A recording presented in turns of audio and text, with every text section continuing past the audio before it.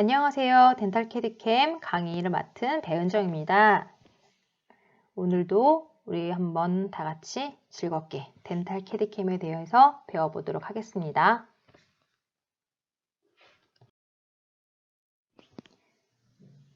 이번 시간에는요, 덴탈 캐디캠의 구성 요소 중에서 마지막 단계인 덴탈 매트리얼, 즉 캐디캠에 적용 가능한 소재들에 대해서 배워보도록 하겠습니다. 이 치과 캐디캠에 적용 가능한 소재들은 어떤 것이 있고 그 소재들의 특징은 무엇이 있는지에 대해서 배워보도록 하겠는데요. 자, 치과 캐디캠 관련 마지막 수업이니까요. 여러분들 모두 끝까지 집중해서 잘 들어주길 바랍니다. 자, 그럼 시작합니다.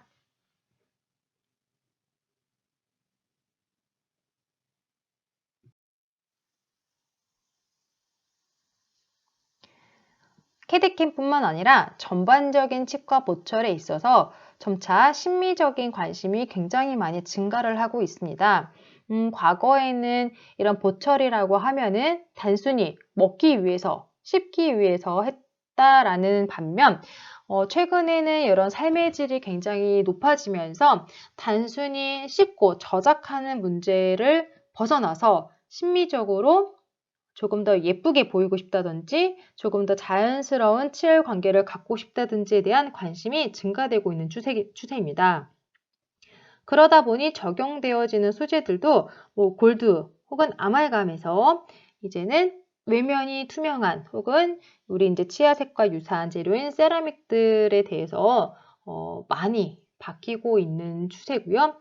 이런 보철뿐만이 아니라 이런 이제 성형적인 외적인 부분에 따라서 교정을 한다든지 라미네이트를 한다든지 그런 부분에 대해서도 관심이 계속적으로 증가를 하고 있죠. 이러한 사람들의 관심에 따라서도 적용되어지는 소재들도 이런 이제 기능적인 부분도 중요하겠지만 심미적인 기능도 중요시하는 이런 변화가 계속적으로 나타나고 있습니다. 이런 대표적인 심미 보철물 중에 하나가 바로 지르코니아인데요. 지르코니아는 이미 여러 분야에서 적용되면서 쓰여지고 있는 소재인데 치과 분야에 같은 경우에는 이제 생체적인 적합성, 즉 우리 인체에 들어왔을 때 우리 몸에서 거부를 하지 않는 생체 적합한 소재이기 때문에 굉장히 많은 관심을 가지고 있습니다. 더군다나 이 지르코니아는요, 상변화를 하면서 여러 가지 특징을 가지고 있는데요. 자, 보시면은 지르코니아는 일반적인 상태에서는 모노클리닉 상태로 존재를 합니다. 이 모노클리닉 상태의 지르코니아에 열을 가하게 되면은요, 한 1170도, 1200도 정도의 온도를 가하게 되면은 테트랄 고나 상태로 상이 바뀌게 됩니다. 그리고 테트랄 고나 상태에서 더 온도를 가하면은 한 2400도 정도의 온도를 가하면 큐빅 상태가 되고요. 여기서 또 고온의 열을 가하게 되면은 이제 멜트 상태가 되게 되는데요. 우리가 일반적으로 봤을 때 여러분들 칼이라든지 아니면은 시계의 줄이라든지 그런 금속성과 관련된 단단한 지르코니아 같은 경우에는 2400도 정도의 온도를 가한 큐빅 상태의 지르코니아다라고 보시면 될 것 같아요. 우리 보석 중에서도 다이아몬드처럼 생겼지만 다이아몬드는 아닌 흔히 말하는 가짜 다이아몬드라고 불리는 그런 지르코니아 같은 경우도 이런 큐빅 상태의 지르코니아다라고 보시면 되고요. 우리 몸 안에 들어가는 인공뼈 있죠? 인공뼈 이런 수술할 때 사용되어진 이런 뼈들도 요 큐빅 상태의 지르코니아다라고 생각하시면 됩니다. 자, 그러면 치과 분야에 적용되는 지르코니아는 어느 상태이냐? 바로 1200도 정도의 온도를 가한 테트랄 고날 상태에 해당이 됩니다. 이렇게 온도를 가하게 되면은요, 상이 어떻게 바뀌느냐? 오른쪽 하단의 그림을 보시면 M 지르코니아라고 되어 있죠. 모노클리닉 상태일 때 지르코니아의 상이 딱 보기에도 조금 더 커 보이겠죠. 여기에 1200도 이상의 온도를 가해서 테트랄 고난 상태로 상이 바뀌게 되면은요, 어떠한 변화가 일어나느냐? 그 차이를 아시겠나요? 그쵸, 바로 입자가 작아진다라는 특징을 가지고 있습니다. 입자가 작아지게 되면은, 즉 입자가 더 치밀해지게 되는 것이고, 이러한 것의 가장 큰 특징은 무엇이냐? 바로 강도가 증가한다라는 거겠죠. 그리고 입자가 작아지면서 당연히 최적 변화도 줄어드는 이런 특징을 가지고 있게 되는 거고요. 여기에서는 온도를 약 1200도 정도라고 얘기를 했는데요. 최근에 치과 분야에서는 한 1200도에서 1600도 정도 사이의 온도를 가하고 있습니다. 이런 온도적인 특징이 주는 의미가 뭐느냐?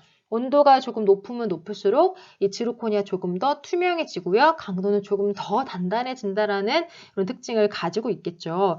물론 이런 지르코니아 강도가 너무 강하기 때문에, 즉 우리 자연치가 갖고 있는 강도보다도 더 강하기 때문에 지르코니아가 초반에 이렇게 소개가 되었을 때는 대합치를 마모시킬 가능성이 있다라고 해서 지르코니아를 쓰는 게 맞냐? 아니다 라는 거에 대한 찬반 논란도 굉장히 많이 있었는데요.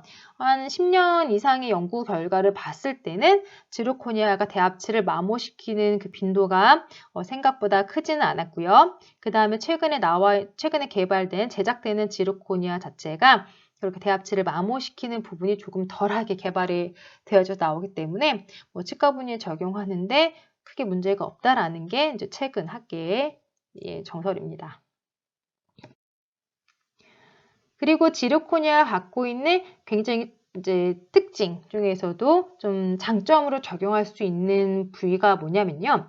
지르코니아에 크랙이 발생이 돼 있을 때, 자, 우리 자동차를 예로 한번 들어볼게요. 차 유리에 돌멩이가 튀어서 그 부분에 금이 갔습니다. 그러면 시간이 지나면서 어떻게 되겠죠?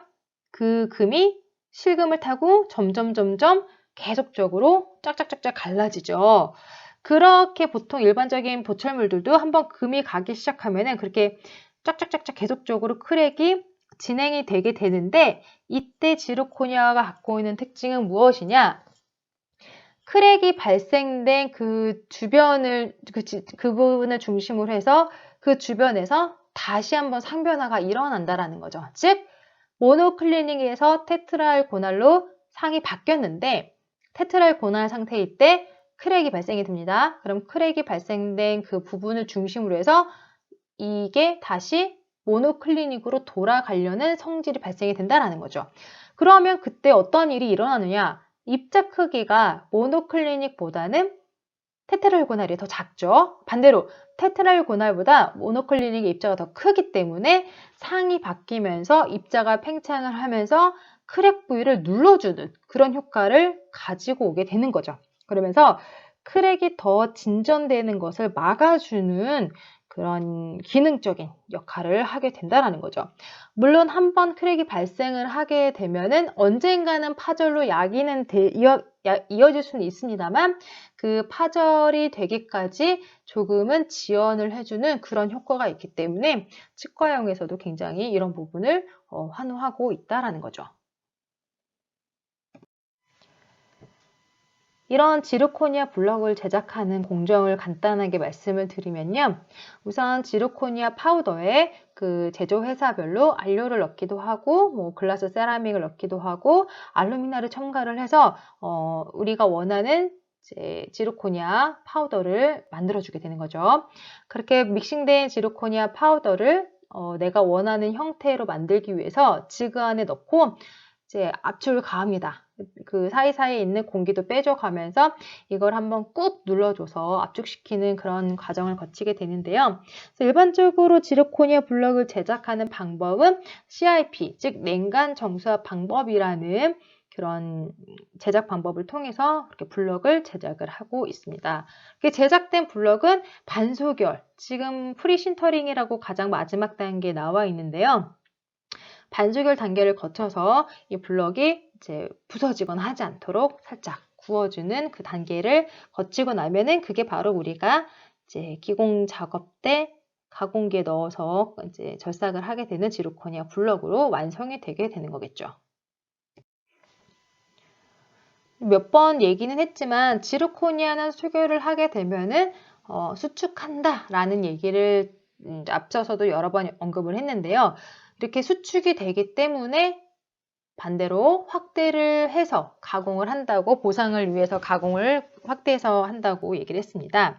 자, 그러면 반속유 상태의 지르코니아 블럭을 1600도, 1200도에서 1600도의 온도를 가해서 테트랄고날로 상을 바꿀 때 얼마만큼 수축을 하느냐? 약 20%가 수축을 하게 됩니다. 그래서 20% 수축을 하기 때문에 수축되는 양만큼 확대를 해야 되는데요. 자, 여기서 100%의 지르코니아가 20%가 수축이 되면 80%가 되겠죠. 하지만 80% 수축이 될 것을 우리가 예상해서 20%만 수축을 하니까 20%만 더해서 확대를 하면 되지 않을까라고 생각할 수가 있는데요. 자, 80%에서 20%만큼 확대를 하면은요, 얼마가 되느냐? 바로 96%밖에 안 됩니다. 80에다가 곱하기 0.2를 하면은요, 8, 26, 16%가 확대가 되는 거겠죠. 그래서 실제로 100% 지르코니아를 다시 만들어 주려면요, 20% 수축했다고 해서 20%만큼을, 즉 1.2배만큼을 곱해야 되는 게 아니라 오히려 0.05만큼을 더, 즉 25%를 확대를 해야지만 80%에서 곱하기 0.25를 해야지만 100%가 되는 거잖아요. 그렇기 때문에 실제 확대율은 1.25배가 된다라는 거죠. 정리를 하자면 20%가 수축이 되기 때문에 20%를 확대를 하는 것이 아니라 20%가 수축이 되기 때문에 25%를 확대를 해야지만 수학적인 이제 계산에 의해서 100%가 보상이 된다라는 거죠. 그래서 우리가 보통 지르코니아의 확대율은 1.25배 가 되겠고요. 요거는 지르코니아 제작 당시에 뭐 밀도, 습도 이런 온도에 의해서 영향을 받기 때문에 보통은 이제 지르코니아 블럭마다 다 다른 확대율을 가지고 있습니다. 보통 소수점 넷째짜리까지 제공이 되어지는데요. 예를 들자면 뭐 1.250, 1.25 뭐 42, 1.2348 이런 식으로 소수점 넷째짜리까지 확대율을 제공하고 있기 때문에 이거는 전 세계에 있는 지르코니아 그런 업체가 다 마찬가지입니다. 소수점 넷째짜리까지 제공을 하고 있기 때문에 우리가 가공기에 입력을 할 때는 이 소수점 넷째짜리까지를 정확하게 입력을 해서 확대가 100% 완벽하게 되도록 제작을 해줘야겠죠. 그래서 제조사들마다 그 다음에 적용되어지는 지르코니아 보철물의 종류에 따라서도 이렇게 지르코니아 블럭 제품이 굉장히 다양하게 나오는 것을 확인하실 수가 있으십니다. 대체로 가장 대중적으로 많이 쓰여지는 블럭 형태는 디스크 형태고요. 이렇게 원판의 형태의 가공을 하는 이런 형태가 가장 많이 쓰여지고 있기 때문에 그에 맞는 가공기들도 대체로 이런 디스크 블럭을 적용할 수 있는 가공기가 많이 이제 판매가 되고 있습니다. 그리고 지르코니아 외에도 지르코니아를 적용할 수 있는 여러 가지의 보철 형태도 나오죠. 그래서 지르코니아 크라운뿐만 아니라 이런 어버트먼트 위에 올라가는 이런 지대치에도 지르코니아를 적용을 할 수가 있겠고요. 그리고 지르코니아 외에도 이런 덴탈 캐드캠에 적용 가능한 소재로는 코발트 크롬 혹은 티타늄의 이런 금속성 재료들도 같이 적용을 할 수가 있는데요. 앞서 얘기했던 것처럼 이런 금속성 재료를 사용할 경우에는 가급적 습식 장비를 사용하시는 게 열 발생으로 인한 마찰도 줄이고 이런 여러 가지 이제 문제를 좀 최소화하기 위해서는 가급적 금속을 가공할 때는 습식 장비를 사용하시는 게 좋습니다. 이건 조금 다른 얘기긴 한데요. 우리가 지금 어버트먼트 제작도 많이 하고 있는 와중에 어버트먼트를 제작을 하게 되면은요, 보통 이제 상부 쪽에 이렇게 남는 잉여 부분이 많이 발생을 하게 됩니다. 근데 제가 예전에 어느 세미나를 갔었을 때 이렇게 아이디어를 내신 분이 있어서 사진을 찍어 왔던 건데요. 요 어버트먼트 같은 경우에는 스크류 어버트먼트라고 해서 아예 아랫부분을 고정시켜 놓고 윗부분을 전체를 통으로 깎아버리기 때문에 나중에는 요 지금 가장 오른쪽에 보면은 홀이 하나 보이시죠? 거기에 스크류를 다시 풀릴 수 있는 이제 그거 장비를 가지고 풀려면은 따로 별도의 가공 작업 없이 바로 이체로 쓸 수가 있기 때문에 굉장히 획기적인 아이디어다라고 생각을 해서 예전에 한번 사진을 찍어 있었습니다. 그래서 요거 한번 여러분들한테 이런 어버트먼트도 있다. 아직은 여러분들이 어버트먼트를 직접 디자인하거나 가공을 해보지 않아서 이게 왜 획기적인가라는 게 잘 모르실 수도 있는데요. 나중에 나중에 이제 어버트먼트 가공을 하다 보면은 뭐 때문에 이런 게 굉장히 아이디어적인 부분이 있었구나라는 거를 나중에 아마 이해하지 않을까 싶습니다. 이렇게 지르코니아 외에도 왁스라든지 PMMA, 무리튬 디실리케이트, 티타늄 등 많은 소재들을 지금 이런 치과 캐디캠 시스템에 적용하는 게 가능하겠죠. 왜냐하면은 우리가 디자인하는 보철물의 종류가 크라운뿐만이 아니라 모델도 만들 수가 있고요. 교정 장치도 만들 수 있고 그다음에 덴처 프레임도 만들 수가 있기 때문에 그에 맞게끔 적용되는 소재들도 계속적으로 발전을 하고 있는 상황입니다. 그럼 이번에는 지르코니아 컬러링에 대해서 배워보도록 하겠습니다. 지르코니아는 처음에 가공을 완료하고 나면은 거의 백목과 같은 상태가 됩니다. 별도의 컬러가 있지 않기 때문에 이대로 환자에게 적용을 하게 되면은 컬러가 굉장히 어색해지는 그런 문제가 생기겠죠. 그래서 환자의 치아와 가장 유사하게 컬러를 만들어주는 작업을 거치게 되는데요. 이런 컬러링 작업에는 이런 보철물의 종류에 따라서 조금 달라지게 됩니다. 우선 내가 가공한 이 지르코니아 보철물이 코핑이냐 혹은 풀크라운이냐 이거에 따라서 이런 컬러를 입히는 과정이 조금 나뉘어지는데요. 우선은 코핑 같은 경우에는 쉐이드의 여러 가지 차이를 크게 둘 필요가 없기 때문에 일률적인 단 하나의 쉐이드가 있으면 됩니다. 그래서 코핑 같은 경우에는 컬러링 도포를 할 때 컬러링 리퀴드 용액 안에 담갔다 빼는 이런 디핑 방법을 주로 사용을 하고 있겠죠. 그래서 이제 기포가 발생되지 않게 소관까지 모두 다 침투가 될 수 있게 옆으로 뉘어서 코핑을 그 리퀴드 용액 안에 담가 주시고요. 보통 시간에 큰 영향은 없지만 담갔다 빼는 그 시간 좀 짧게 빼면은 그만큼 좀 연하게 될 수가 있기 때문에 일반적으로는 한 2분에서 2분 30초 정도 담갔다가 빼주시고 그 다음에 과잉의 리퀴드는 제거한 상태에서 이제 건조시키고 소교를 하면 되겠죠. 그래서 코핑 같은 경우에는 좀 단순하게 담갔다 빼는 디핑 방법을 사용하게 되지만 풀크라운 같은 경우에는 조금 다르죠. 교환면의 교두의 쉐이드와 식용부의 쉐이드 자체가 좀 다르기 때문에 컬러링 작업을 할 때도 이 위치마다 조금 다르게 도포를 해야 됩니다. 그래서 이때는 디핑 방법이 아닌 붓으로 다 칠하는 도포법을 적용을 하고 있고요. 즉 하단 부분에 해당하는 컬러와 그 다음에 상단 교도나 이런 부분에 해당하는 이제 컬러를 조금 다르게 바꿔가면서 이제 입혀주면 되겠죠.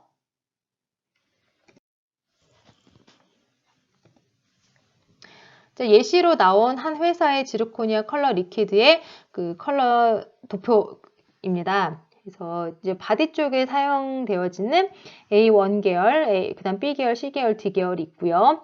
교환면, 교두에 사용되어지는 여러 가지 컬러 리퀴드가 있어서 이런 것들을 혼합해서 적절하게 사용을 해줘야 된다라는 거죠. 예를 들자면 교환면 교두 부분에 좀 더 투명성을 주기 위해서는 블루나 그레이 바이올렛, 화이트 계열을 적절히 섞어서 사용을 해주게 되겠고요.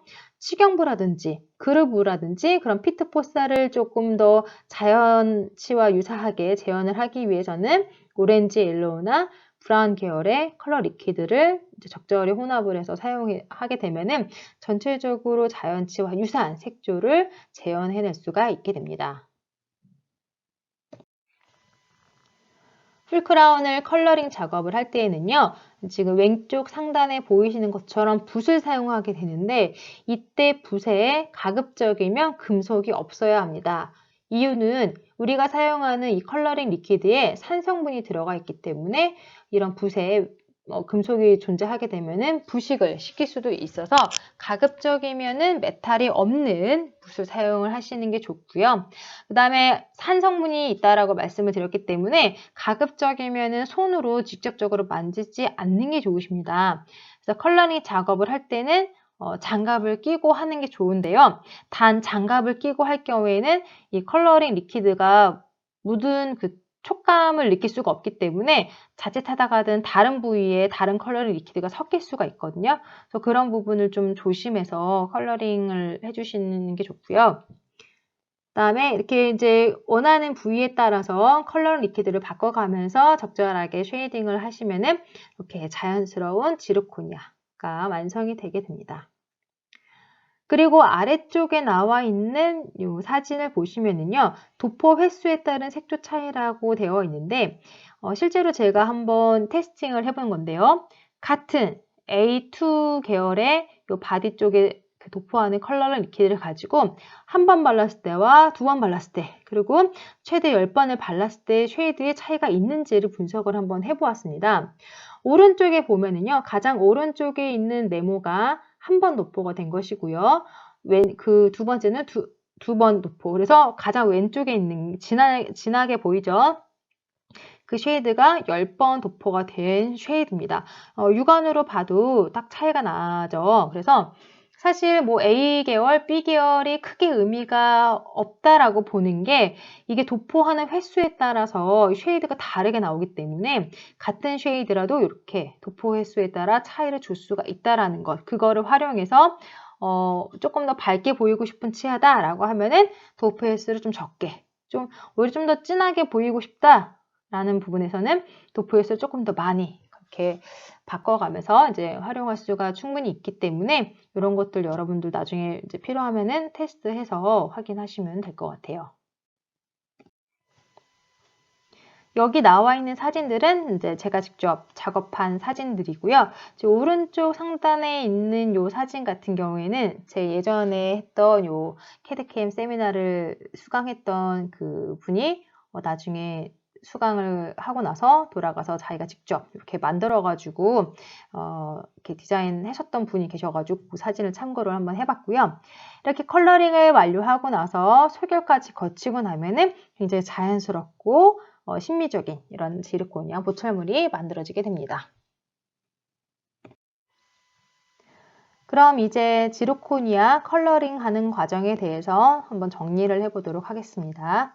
우선 습식 장비로 가공을 했을 경우에는 반드시 1시간, 사실 2시간 이상을 건조시켜주는 게 좋은데요. 100도씨 이상의 오븐에서 충분히 완전히 수분이 제거될 때까지 건조시켜주는 게 중요하고, 그 다음에 코어 같은 경우에는 착색액의 농도가 정확한지 그 농도를 측정하는 기구가 별도로 있기 때문에 이제 한 번씩 그 착색액의 농도가 적당한지 확인해 주시면 좋을 것 같고요. 그 다음에 착색액 역시 오염이 되지 않았는지 확인을 해 주셔야 됩니다. 그 다음에 보통 제조회사에서 착색액에 시간을 제공하는 경우가 많은데요. 그렇게 제조회사에서 제공하는 착색 시간을 가급적 지켜주시는 게 우리가 원하는 그 색조를 재현해내는데 도움이 되겠죠. 그 다음에 지르코니아 컬러링 할 때 사용하는 붓에 가급적 금속이 없게 해야 되고요. 그 다음에 내가 어떻게 색조를 했는지에 대해서 이제 좀 기억을 하시거나 아니면 기록을 좀 해두시면은 나중에 컬러링을 표현할 때 아마 좀 더 도움이 되지 않을까 싶습니다. 이번 시간에는 덴탈 캐드캠에 적용 가능한 다양한 소재들에 대해서 배워봤고요. 그 중에서도 특히 지르코니아에 대해서 지르코니아의 특징, 그 다음에 지르코니아 이런 색조 재현 방법, 컬러링 방법 등에 대해서 배워봤습니다. 오늘의 퀴즈입니다.